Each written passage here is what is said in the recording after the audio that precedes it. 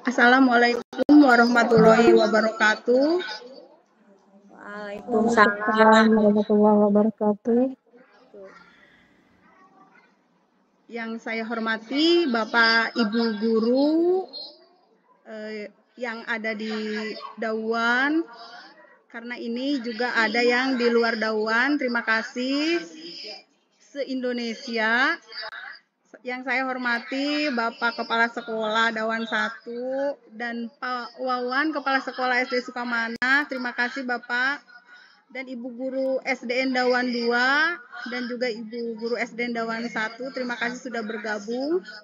Dan yang tidak bisa saya sebutkan satu-satu, terima kasih sudah meluangkan waktunya pada siang hari ini dalam kegiatan webinar, di mana kegiatan ini merupakan tugas guru penggerak yang sekarang sedang saya jalani. Mudah-mudahan kegiatan hari ini berjalan dengan lancar, dan sebelum kita melakukan kegiatan hari ini, supaya kegiatan hari ini memberikan manfaat dan berkah, kita awali dengan membaca basmalah bersama-sama. Bismillahirrahmanirrahim. Baik Bapak Ibu, untuk semangatnya karena ini sudah siang, mungkin waktunya untuk ngantuk-ngantuknya ya Bapak Ibu, supaya kita lebih semangat lagi, saya akan meminta untuk ada yel-yelnya. Kalau saya mengucapkan salam guru Indonesia, Ibu Bapak silakan mengucapkan luar biasa sebanyak 3 kali. Guru hebat Indonesia, luar biasa. Luar biasa. Iya. Terima kasih Bapak Ibu.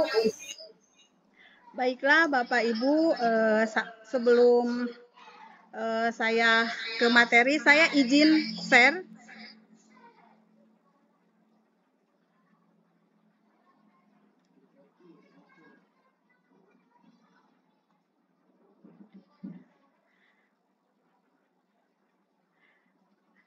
Sebelumnya saya ucapkan selamat datang buat Ibu Teti dari SD Sukajaya sebagai pengajar praktik saya di Guru Penggerak. Selamat bergabung Ibu, terima kasih sudah hadir. Siap, sama-sama, sukses Bunda. Iya, terima kasih Ibu.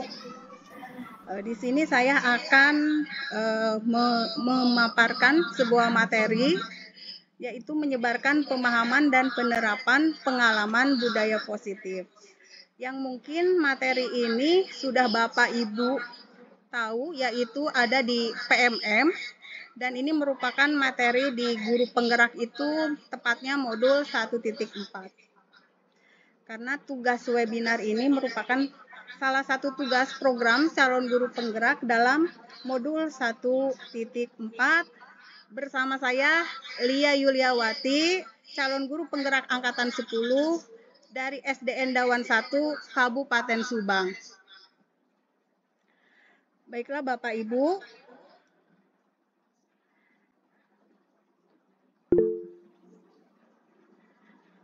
materi kita hari ini adalah tentang budaya positif, di mana konsep inti budaya positif diantaranya perubahan paradigma belajar, disiplin positif, nilai-nilai kebajikan, kebutuhan dasar manusia, motivasi perilaku manusia, posisi kontrol guru, keyakinan kelas, dan segitiga restitusi. Sebelum saya memaparkan materi ini, saya mau mengingatkan kembali ya Bapak Ibu guru hebat. Suaranya berisik Ibu. Apa ya budaya positif yang menurut Bapak Ibu, mungkin ada yang mau menanggapi budaya positif itu apa? Silahkan Bapak Ibu guru, ada yang mau menanggapi apa ya budaya positif itu, sebelum saya memaparkan ke materi budaya positif.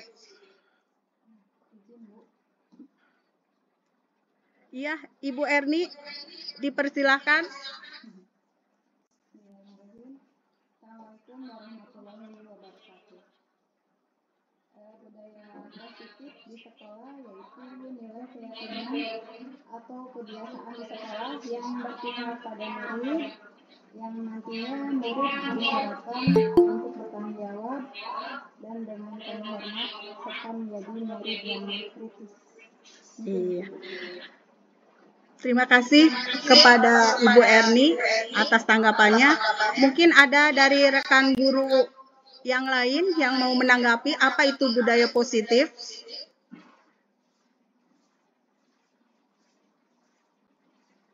Baiklah Bapak Ibu, betul sekali ya kalau budaya positif itu tidak hanya kita terapkan saja di sekolah tempat kita bekerja ya, karena kita sebagai seorang pendidik. Tapi budaya positif itu juga harus diterapkan di dalam kehidupan kita sehari-hari, seperti di lingkungan keluarga ataupun di dalam masyarakat. Itu mungkin sekilas tentang budaya positif. Selanjutnya yaitu perubahan paradigma baru. Mungkin Bapak Ibu sudah mendengar atau mungkin akan lebih paham daripada saya sendiri. Sebelum ke sini pernah mendengar dua istilah Ibu Bapak. Yang pertama, pembelajaran berpusat kepada guru dan pembelajaran berpusat kepada murid. Mungkin Bapak Ibu ada yang mau menanggapi dengan dua istilah ini? Silahkan biar tambah semangat nih Bapak Ibu supaya tidak ngantuk. Siapa yang mau menanggapi silahkan. Pembelajaran berpusat pada guru dan atau pembelajaran berpusat pada murid.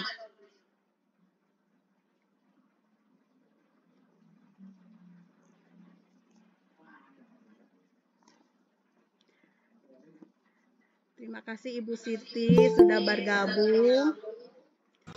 Iya. Bergabung. Iya Ibu, selamat bergabung. Terima kasih. Karena di sini yang bergabung bukan hanya rekan guru di sekolah atau di gugus saya, juga ada rekan-rekan guru penggerak yang sekarang sedang melangsungkan pendidikan bersama saya.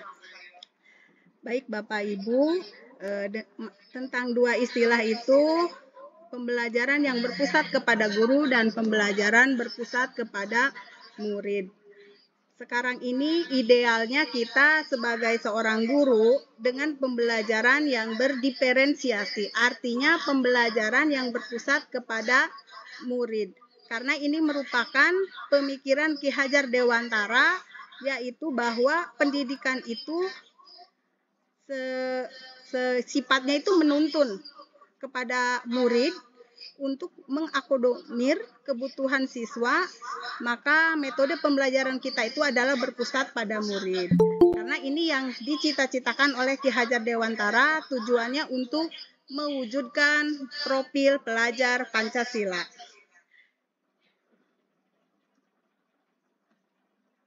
Tentunya Bapak Ibu sudah tahu betul ya poin-poin di dalam profil pelajar Pancasila. Yang pertama yaitu beriman bertakwa kepada Tuhan Yang Maha Esa dan berakhlak mulia. Artinya, pelajar yang berakhlak dalam hubungannya dengan Tuhan Yang Maha Esa. Ia memahami ajaran agama dan kepercayaannya serta menerapkan pemahaman tersebut dalam kehidupannya sehari-hari. Yang kedua, berkebinekaan global. Artinya, pelajar yang mampu mempertahankan budaya luhur, lokalitas, dan identitasnya tetap berpikiran terbuka dalam berinteraksi dan budaya lain, sehingga menumbuhkan rasa saling menghargai dan kemungkinan terbentuknya budaya baru yang positif dan tidak bertentangan dengan budaya luhur bangsa. Yang ketiga, bergotong royong. Artinya, pelajar memiliki kemampuan gotong royong, yaitu kemampuan untuk melakukan kegiatan secara bersama-sama dengan sukarela agar kegiatan yang dikerjakan dapat berjalan lancar, mudah, dan ringan. Yang keempat, kreatif. Artinya, pelajar yang bertanggung jawab atas proses dan hasil belajarnya. Yang kelima, bernalar kritis, artinya pelajar mampu secara objektif memproses informasi baik kualitatif maupun kuantitatif, membangun keterkaitan antara berbagai informasi, menganalisis informasi, mengevaluasi, dan menyimpulkannya. Dan yang keenam, mandiri. Artinya, pelajar yang kreatif mampu memodifikasi dan menghasilkan sesuatu yang orisinal, bermakna, bermanfaat, dan berdampak baik. Yaitu tentang profil pelajar Pancasila. Selanjutnya, saya akan meluruskan beberapa miskonsepsi tentang teori kontrol. Mungkin ada yang belum tahu apa sih miskonsepsi itu. Miskonsepsi itu adalah ketidaksesuaian konsep antara pemahaman peserta didik dengan pengertian yang diperoleh secara ilmiah atau pengertian para ahli. Di sini miskonsepsi tentang teori kontrolnya yang pertama adalah ilusi guru mengontrol murid. Artinya ilusi guru mengontrol murid itu pada dasarnya kita dapat memaksa murid untuk berbuat sesuatu jika murid tersebut memilih untuk tidak melakukannya. Walaupun tampaknya guru sedang mengontrol perilaku murid, hal demikian terjadi karena murid sedang mengizinkan dirinya dikontrol. Saat itu, bentuk kontrol guru menjadi kebutuhan dasar yang dipilih murid tersebut.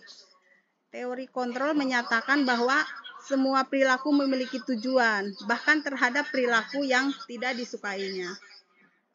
Yang kedua, ilusi bahwa semua penguatan positif, efektif, dan bermanfaat. Penguatan positif atau bujukan adalah bentuk-bentuk kontrol. Segala usaha untuk mempengaruhi murid agar mengulangi suatu perilaku tertentu adalah suatu usaha untuk mengontrol murid tersebut.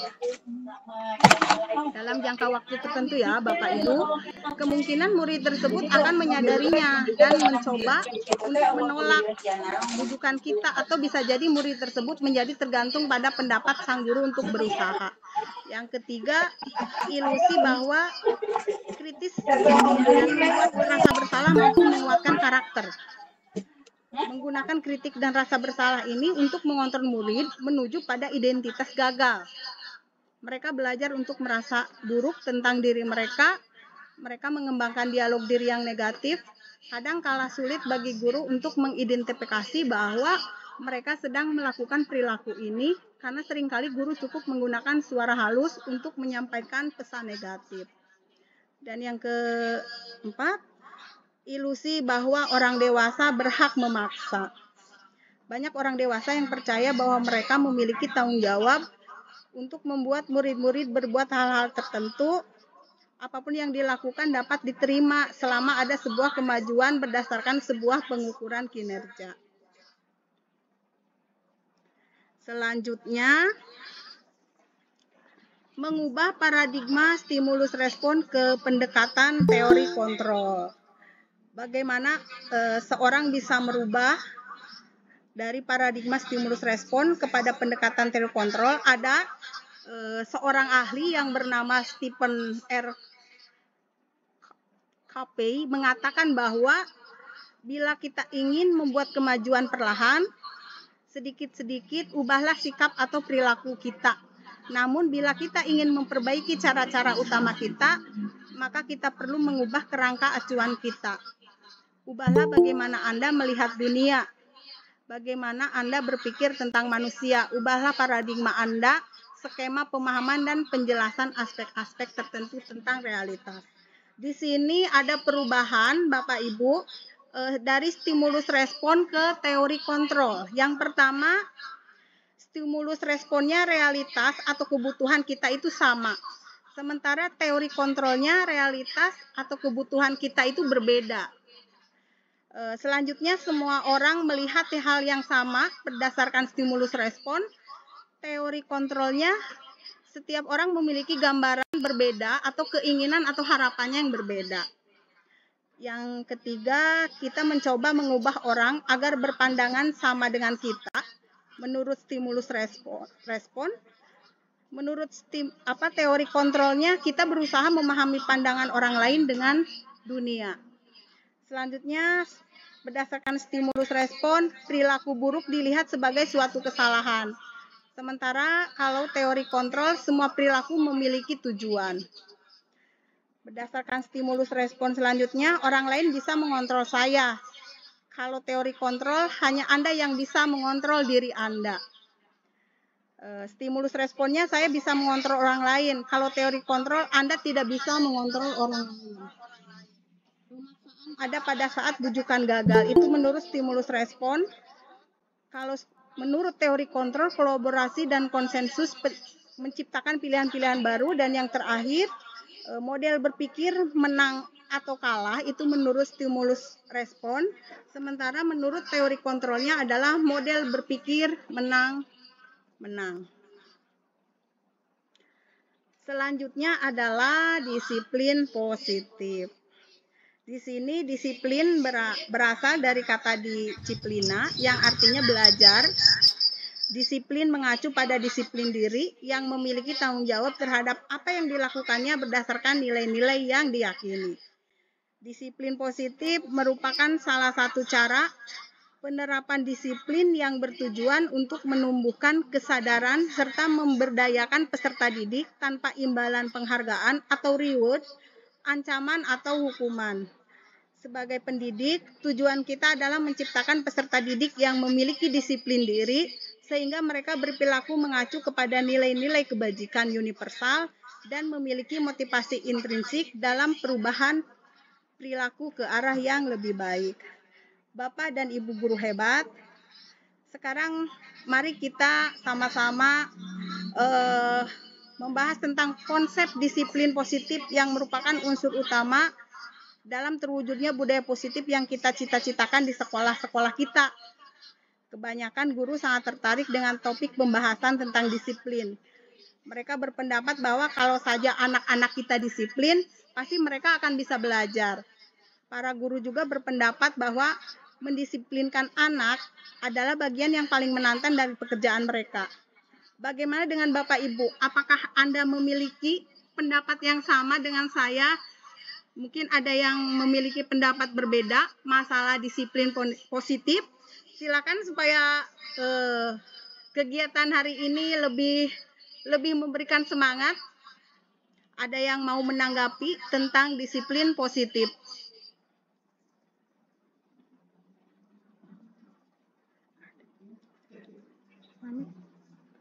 Bu Entin mungkin.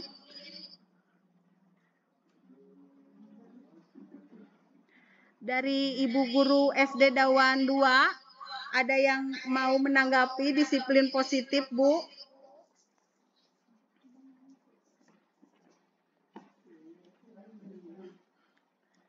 Baiklah, kalau begitu, kiranya ya, untuk masalah disiplin positif ini cukup.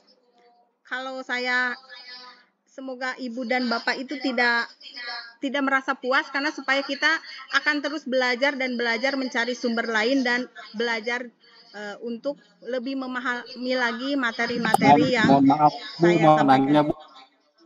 Ya, boleh. Ya, Bu. Pak Joni kalau saya, Sigaling. kalau saya bilangnya kalau disiplin positif bisa nggak, Bu? Contoh salah satunya membuat kesepakatan di kelas gitu, Bu. Iya. Baik. Sudah, Pak. Contohnya Terima kasih, ada Pak. berupa sanksinya apa gitu, Bu. Salah satu contoh disiplin positif, kesepakatan bersama. Terima kasih, Bu. Iya. Terima kasih Pak Joni Sigaling. Ya, terima kasih Bapak atas tanggapannya. Betul. Memang dalam materi ini akan membahas nanti disiplin positif itu seperti apa gitu. Karena yang akan saya bahas nanti ada ada apa? Ada hukuman, ada konsekuensi, dan ada restitusi. Tapi sebelumnya mungkin saya akan membahas dulu karena kan untuk membudaya positif itu sebelum kita budaya positifnya ke anak, tapi harus mulai dulu dari diri kitanya sendiri, Pak. Gitu ya, Bapak Ibu, kita budaya positif itu kita bisa membudayakan atau mendisiplinkan anak, tapi tidak dimulai dari diri kita sendiri. Baik, sebelumnya saya lanjutkan terlebih dahulu tentang nilai-nilai kebajikan.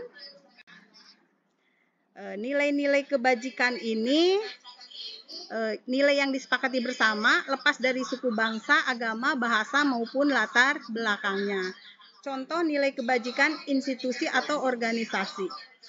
Yang pertama tadi itu profil pelajar Pancasila yang sudah saya paparkan. Yang kedua adalah Ibu Primary Years Program, yaitu toleransi, rasa hormat, integritas, mandiri, menghargai, antusias, empati, keingintahuan, kreativitas, kerjasama, percaya diri, dan komitmen. Dan yang ketiga, keterampilan hidup atau life skill, dapat dipercaya, lurus hati, berpendengar yang kuat, aktif, tidak merendahkan orang lain, dan memberikan yang terbaik dari diri.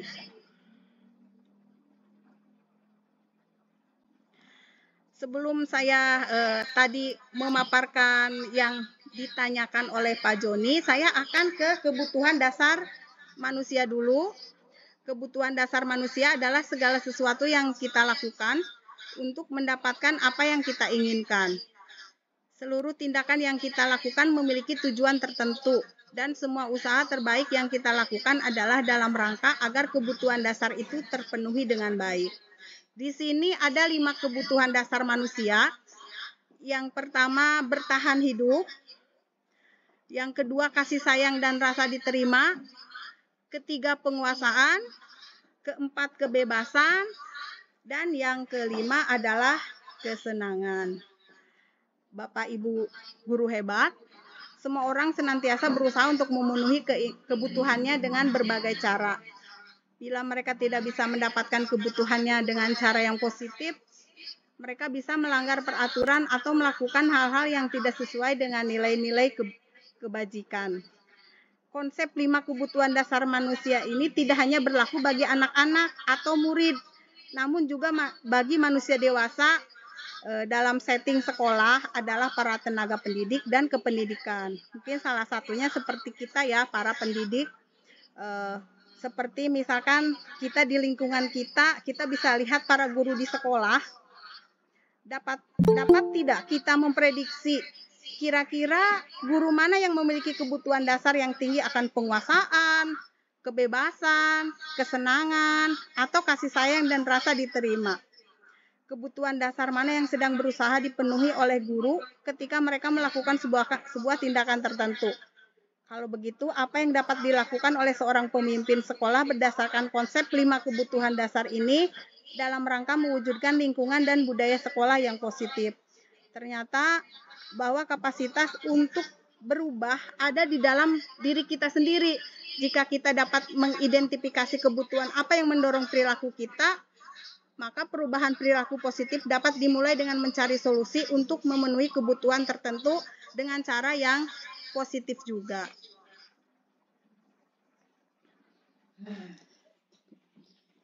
Selanjutnya, motivasi perilaku manusia. Bapak, Ibu guru hebat, mari kita tanyakan ke diri kita sendiri, bagaimana kita berperilaku?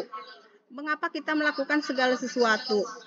Apakah kita melakukan sesuatu karena adanya dorongan dari lingkungan atau ada dorongan yang lain? Terkadang kita melakukan sesuatu karena kita menghindari rasa sakit atau ketidaknyamanan. Terkadang kita juga melakukan sesuatu untuk mendapatkan apa yang kita mau.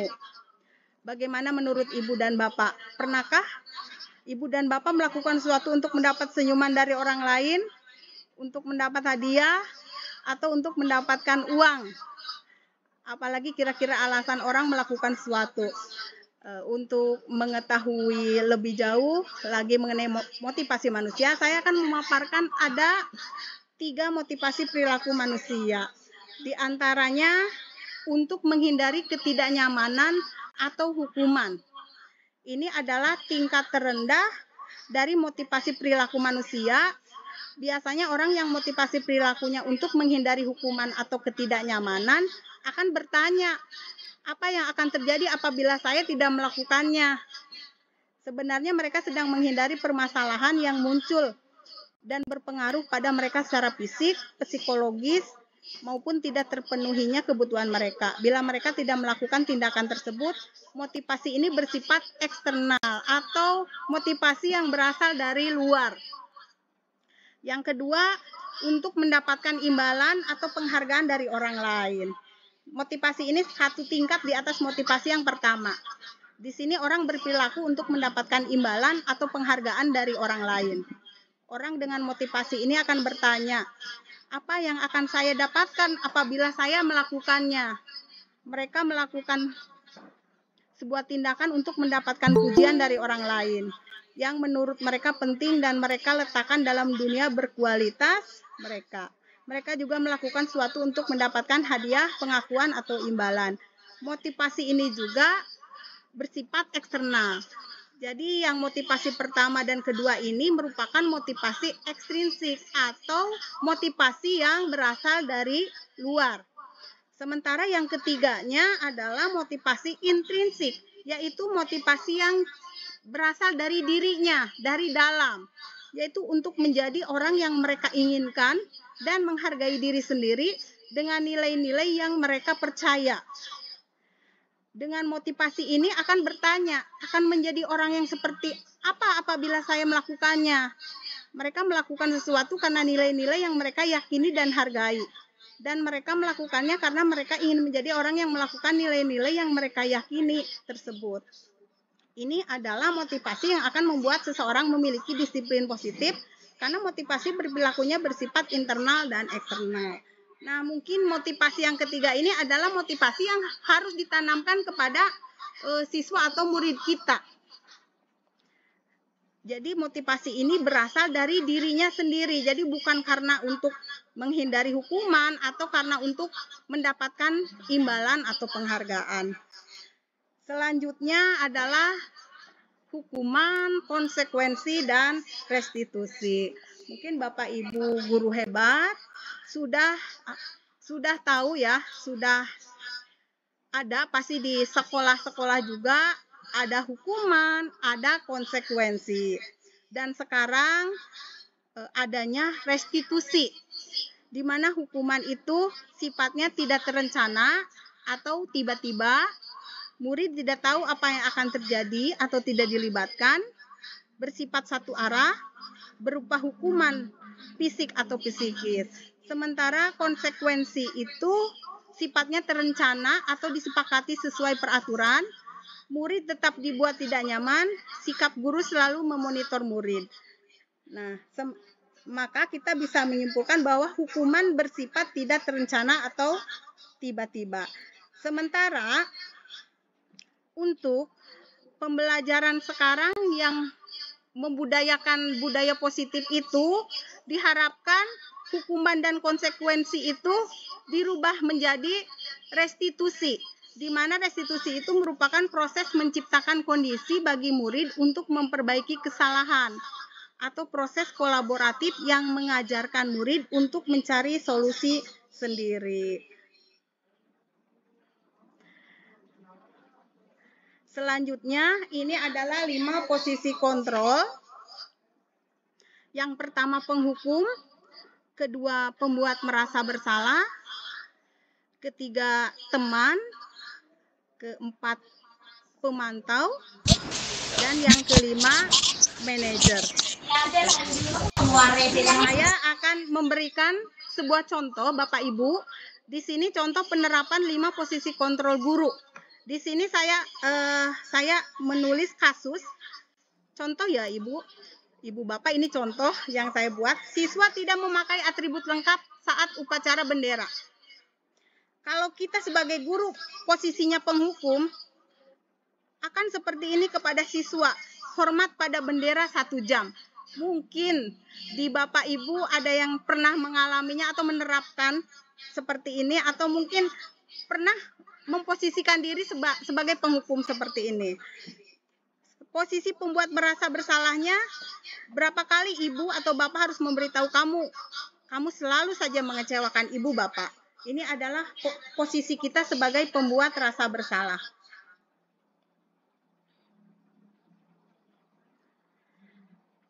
Sebagai teman, ayo dong ikuti aturan sekolah. Tolong bantu ibu bapak ya sekali ini. Ya sudah, tidak apa-apa. Lain kali jangan sampai berbuat seperti ini lagi. Ini adalah posisi kontrol kita sebagai teman, Bapak Ibu. Nah, sementara posisi kita sebagai pemantau, pasti akan ada kalimat seperti ini. Kamu sudah melanggar peraturan sekolah. Kamu tahu konsekuensinya. Setelah upacara, kamu beli atributnya ke koperasi dan jangan diulangi lagi. Yang terakhir adalah posisi kontrol sebagai manajer. Apakah kamu tahu kesalahanmu? Kira-kira bagaimana kamu memperbaiki kesalahanmu? Itu adalah pemaparan saya tentang 5 posisi kontrol.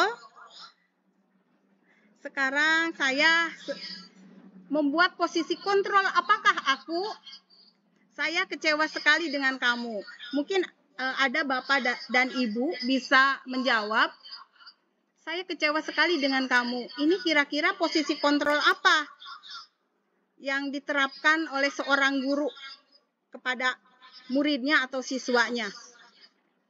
Mungkin ada yang mau menjawab. Saya kecewa sekali dengan kamu.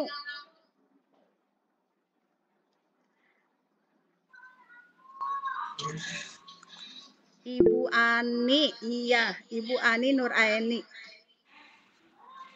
Assalamualaikum warahmatullahi wabarakatuh.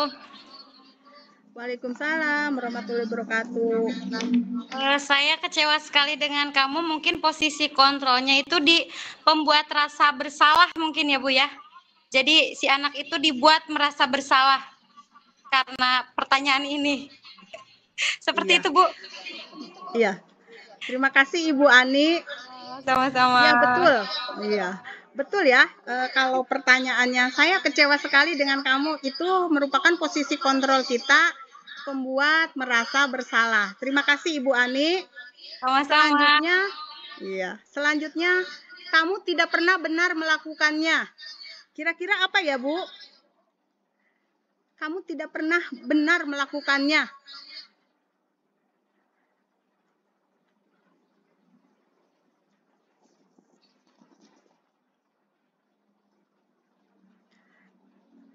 Kamu tidak pernah benar melakukannya.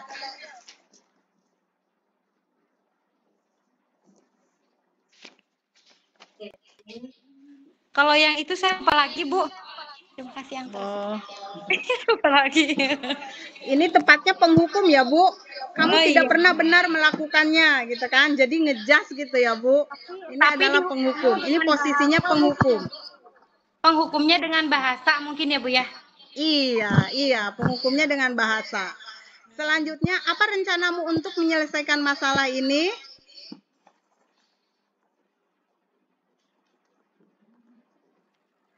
Apa rencanamu untuk menyelesaikan masalah ini? Ini sangat halus ya bahasanya ya, Ibu Bapak. Iya, Ibu Erni. Izin Bu, barangkali manajer ya, sebagai manajer.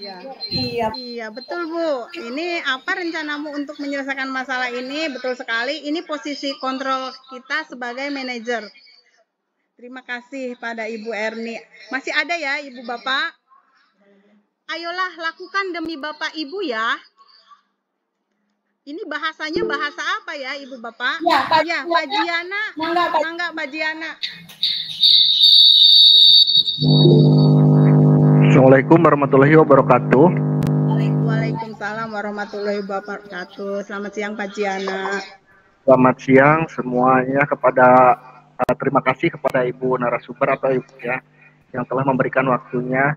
Terus terima kasih juga kepada Ibu Bapak guru hebat yang masih stay di sini. Untuk menurut pendapat saya yaitu ayolah lakukan demi bapak atau ibu ini menurut saya termasuk ke dalam apa sih namanya, pembuat rasa bersalah. Kalau tidak salah ini masuk ke dalam pembuat rasa bersalah. Itu menurut saya. Mungkin menurut ibu bapak yang lain ada lagi, boleh ditambahkan atau boleh diganti. Mungkin itu saja. Terima kasih. Assalamualaikum warahmatullahi wabarakatuh.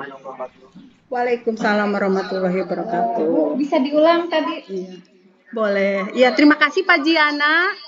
Iya, ini adalah ayolah lakukan demi Bapak Ibu ya. Mungkin dari segi apa ya, dari bahasa, mungkin ini lebih tepatnya lagi kita memposisikan diri kita sebagai teman. Terima kasih Pak Jiana atas tanggapannya. Jadi ini posisi kita sebagai teman.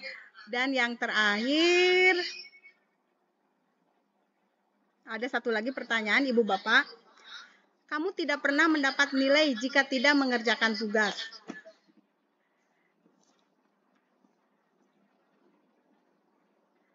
Kamu tidak pernah mendapat nilai jika tidak mengerjakan tugas. Silakan. Ibu Erni. Iya, Ibu Erni. Mungkin menurut saya itu yang bicara sebagai pemantau.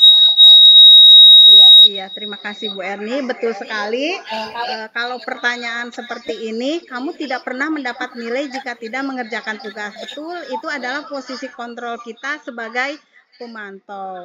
Dan dari paparan tadi dengan 5 posisi kontrol, bahwa idealnya kita sebagai guru memposisikan kontrol kita itu sebagai manajer.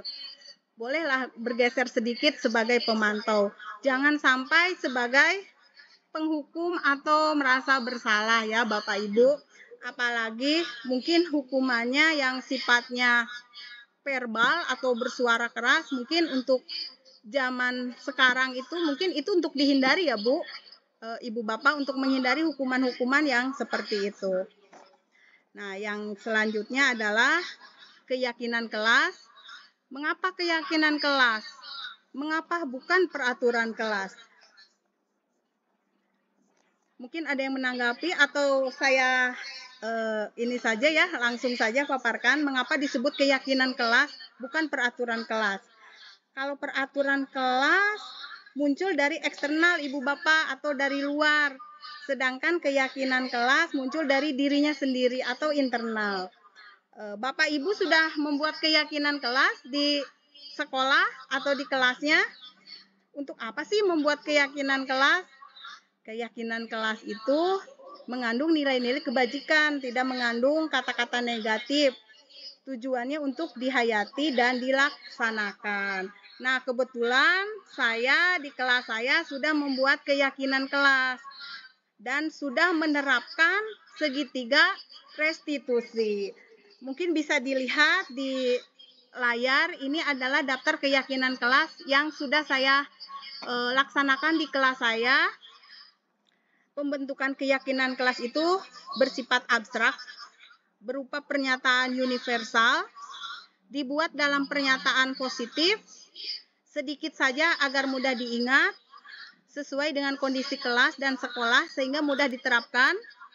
Semua warga sekolah atau warga kelas dilibatkan saat membuat keyakinan kelas.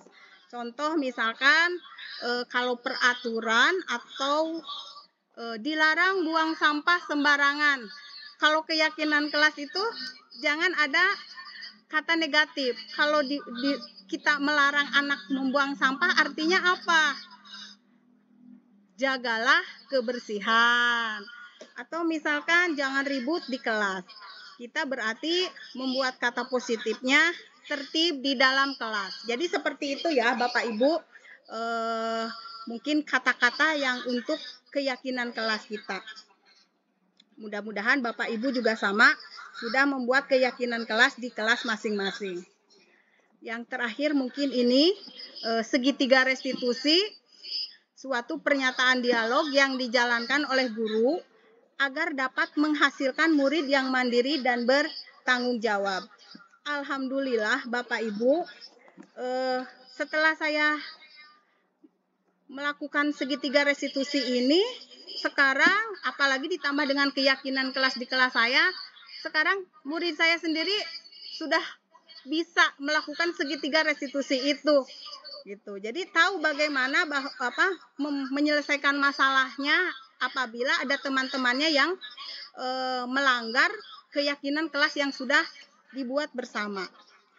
Segitiga restitusi ini yang pertama menstabilkan identitas, kedua validasi tindakan yang salah, dan yang ketiga menanyakan keyakinan. Yang pertama menstabilkan identitas. Berdasarkan prinsip membuat kesalahan adalah bagian dari proses pembelajaran. Di mana untuk menstabilkan identitasnya biasanya kalimat-kalimatnya yang digunakan adalah tidak ada manusia yang sempurna. Ibu bapak juga pernah melakukan itu. Ibu bapak tidak mau mencari siapa yang salah, tapi ibu bapak ingin mencari solusi dari permasalahan ini. Kamu berhak merasa bersalah. Ini adalah kalimat-kalimat yang digunakan dalam menstabilkan identitas. Selanjutnya, validasi tindakan yang salah. Berdasarkan prinsip, setiap perilaku berupaya memenuhi suatu kebutuhan tertentu. Contoh kalimatnya diantaranya, kamu pasti punya alasan mengapa melakukan hal itu. Padahal kamu bisa melakukan yang lebih buruk dari ini ya. Kamu patut bangga karena telah melindungi sesuatu yang penting buatmu. Kamu melakukannya karena mempertahankan sesuatu yang penting bagimu. Itu adalah kalimat-kalimat yang digunakan dalam validasi tindakan yang salah. Dan yang ketiga adalah menanyakan keyakinan. Di mana untuk menanyakan keyakinan ini mungkin kita sudah membuat keyakinan kelas yang sudah disepakati bersama dengan murid-murid kita. Menanyakan keyakinan ini berdasarkan prinsip teori kontrol bahwa pada dasarnya kita termotivasi secara intrinsik atau secara internal. Jadi dari diri kita sendiri. Kalimat-kalimat yang biasa digunakan adalah apa keyakinan kelas kita, nilai-nilai apa yang telah disepakati bersama, seperti apa gambaran sebuah kelas yang ideal menurut kamu ingin menjadi orang yang seperti apa. Ini merupakan kalimat-kalimat yang digunakan untuk menanyakan keyakinan kelas. Alhamdulillah, kalau pengalaman saya selama ini, karena memang di sekolah kami tidak menggunakan yang namanya hukuman, apalagi secara verbal, suara yang kasar, tapi alhamdulillah sudah mendekati ke segitiga restitusi. Jadi kami mengadakan diskusi dulu dengan anak yang memiliki masalah itu. Di sini saya akan menyampaikan sebuah video. Saya sudah melakukan segitiga restitusi. Video ini saya lakukan bersama salah satu murid saya, di mana anak ini memiliki masalah yaitu makan saat di dalam kelas. Bapak Ibu guru hebat, silakan untuk menyimak video yang saya tayangkan.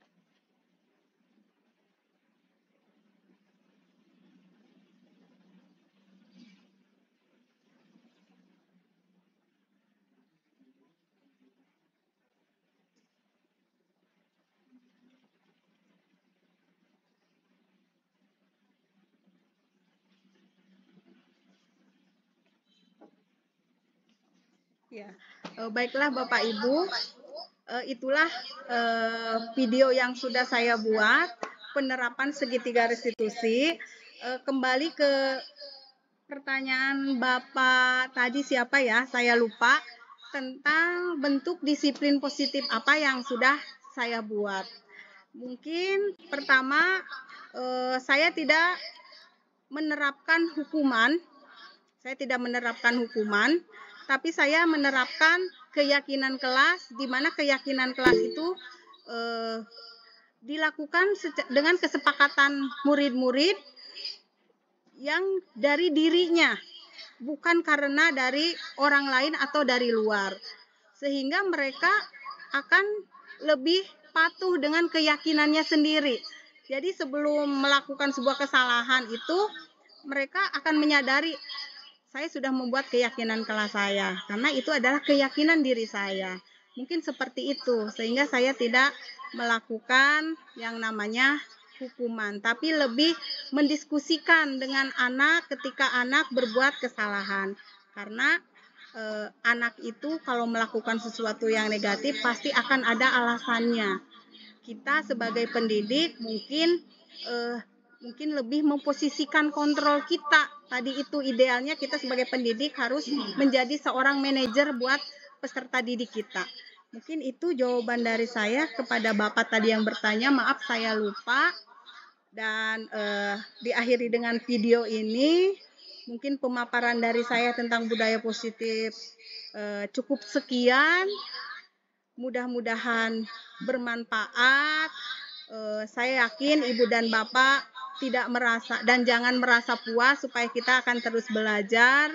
Terima kasih atas waktu luangnya dalam kegiatan ini. Semoga bermanfaat. Terima kasih semuanya. Salam dan bahagia. Salam guru penggerak. Bergerak, tergerak, menggerakkan. Wassalamualaikum warahmatullahi wabarakatuh. Saya kembalikan ke Bapak moderator. Oh iya, siap Bapak, nanti presentasinya saya kirim.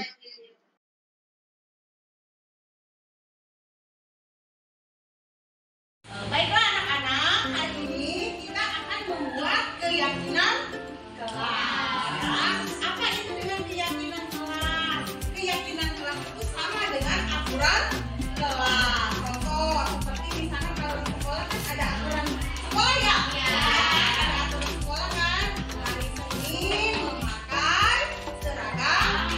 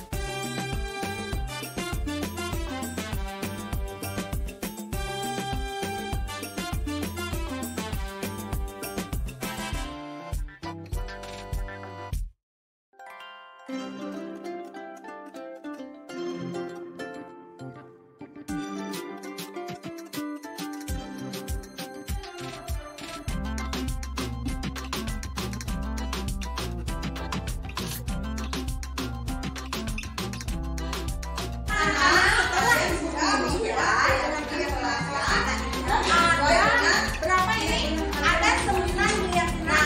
Nah, yang pertama adalah bahwa ini ada yang sama ya. Keyakinan kelasnya ada yang sama. Sama itu mau disortir.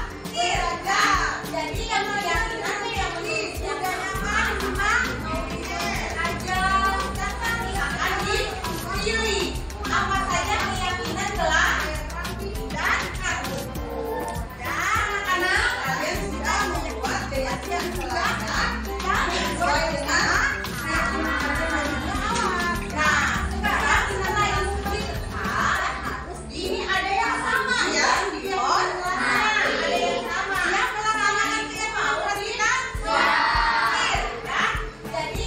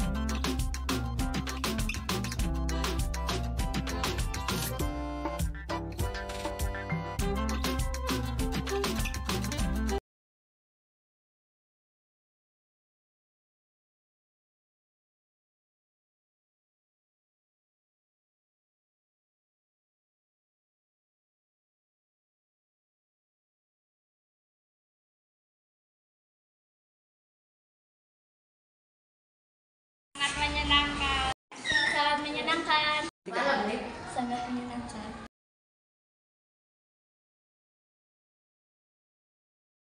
Sangat penting sekali. Sangat penting sekali. Sangat penting sekali.